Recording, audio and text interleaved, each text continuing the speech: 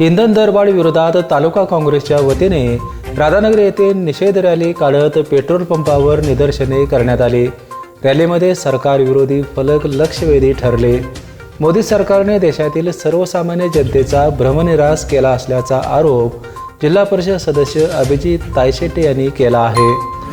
आम्हाला या निमित्तानं सर्वसामान्य जनतेला हे जाणून द्यायचं आहे। यावेळी हे मोदी सरकार 2014 मध्ये सत्तेत आलं तेव्हा जे काही कच्च्या तेलाचे आंतरराष्ट्रीय बाजारातले जे भाव होते त्या तुलनेनं जवळजवळ निम्म्यावर हे भाव आलेले आहेत।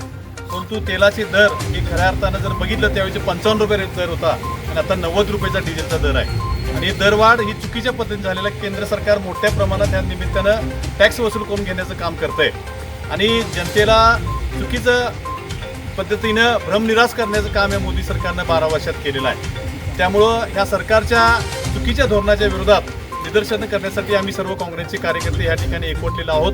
यावेळी पंचायत समिती सदस्य मोहन पाटील, संजय पारकर, ज्ञानदेव पाटील, एडी पाटील, चंद्रकांत चौगले, बशीर राऊत, रमेश राणे, दादासो सांगावकर, मारुती टिपुगडे, दिलीप पाटील, युवराज कुंभार, राजाराम निवंगरे, सुरेश बजाटे, महेश पाटील, जयवंत कांबळे, संजय माळकर यांच्यासह काँग्रेस पदाधिकारी आणि कार्यकर्ते उपस्थित होते।